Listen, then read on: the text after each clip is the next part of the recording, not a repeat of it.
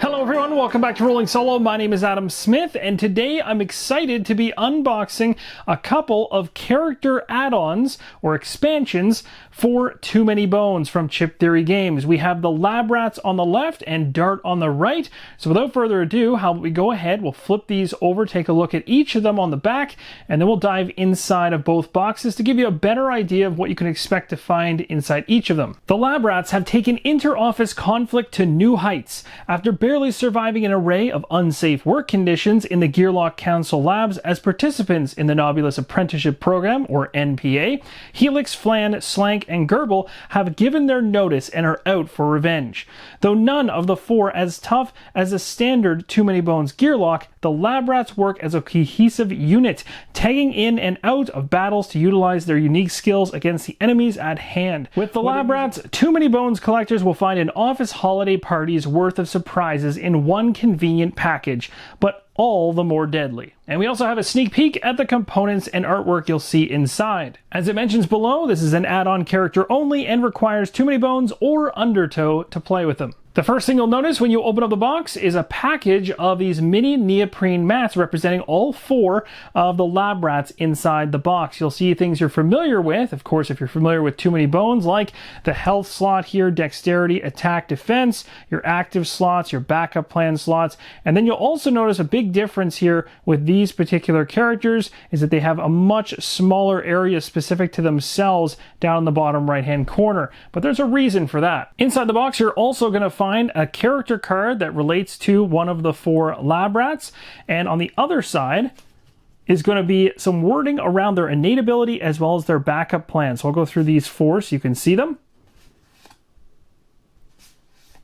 The next item inside the box is this reference sheet, and as I alluded to earlier on, these Lab Rats are used quite differently than regular Gearlocks. I'm going to read a section right up here on this reference sheet that talks about how they're used at a high level so you get a rough understanding. It says, during an adventure setup, choose two of the four Lab Rats to join the party. Place their mats in front of you with the stat dice of their color and their chips beside their mats. The remaining Lab Rat mats, chips, and stat dice should be set out of play. You do not have access to them until they join the party using your innate +1. On the opposite side of that same reference sheet, of course, you have a breakdown for all the dice related to the Lab Rats, and on the left-hand side, you have the dice icon key, plus the difficulty levels to actually dealing with these characters, whether you're playing co-op or solo, mentioned at the top. You can also expect to find some chips in the box, some relating to the characters, and the others relate to what looks to be health. So we'll go ahead and just move through them. Of course, they're double-sided. We can flip them over. And here are the three health chips.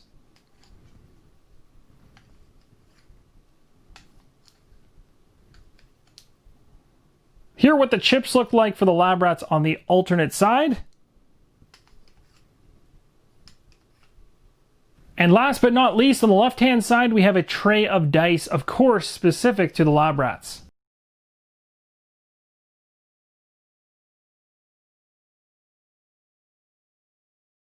That wraps up the Lab Rats. Now we're going to move to Dart. We'll flip over, take a look at the back of the box, and then dive into the components inside. After years spent suffering under the experimentation of the evil scientist Nobulus, Dart broke free from her laboratory dungeon with the help of a fellow test subject, Bjord. I really hope I'm pronouncing that correctly. The rampaging pegadillo. I hope I'm pronouncing that correctly as well.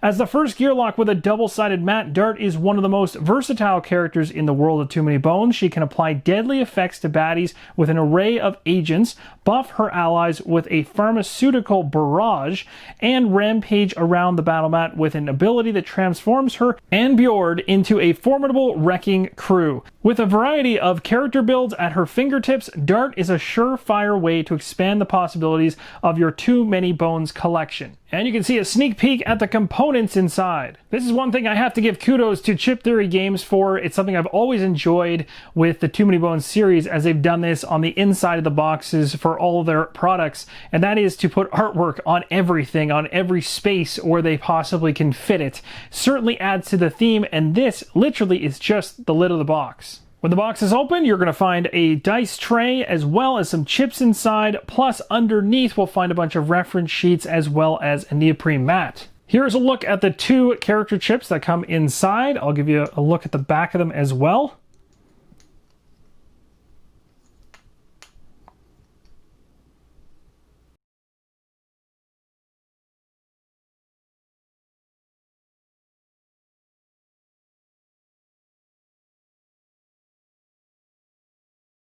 Here's a look at the neoprene mat for Dart, at least on one side. That's right, this particular gear lock is double-sided. And here is what it looks like on the opposite side. And you can also expect to find the Dart reference sheet inside the box. Of course, this is going to house all the important information for the character. Flipping it over to the opposite side, and you'll see the dice layout as well as the dice icon key as well as the difficulty up top. But that's not all. There's another reference sheet inside the package here for Dangerous Dart, and you'll see a breakdown here on the front.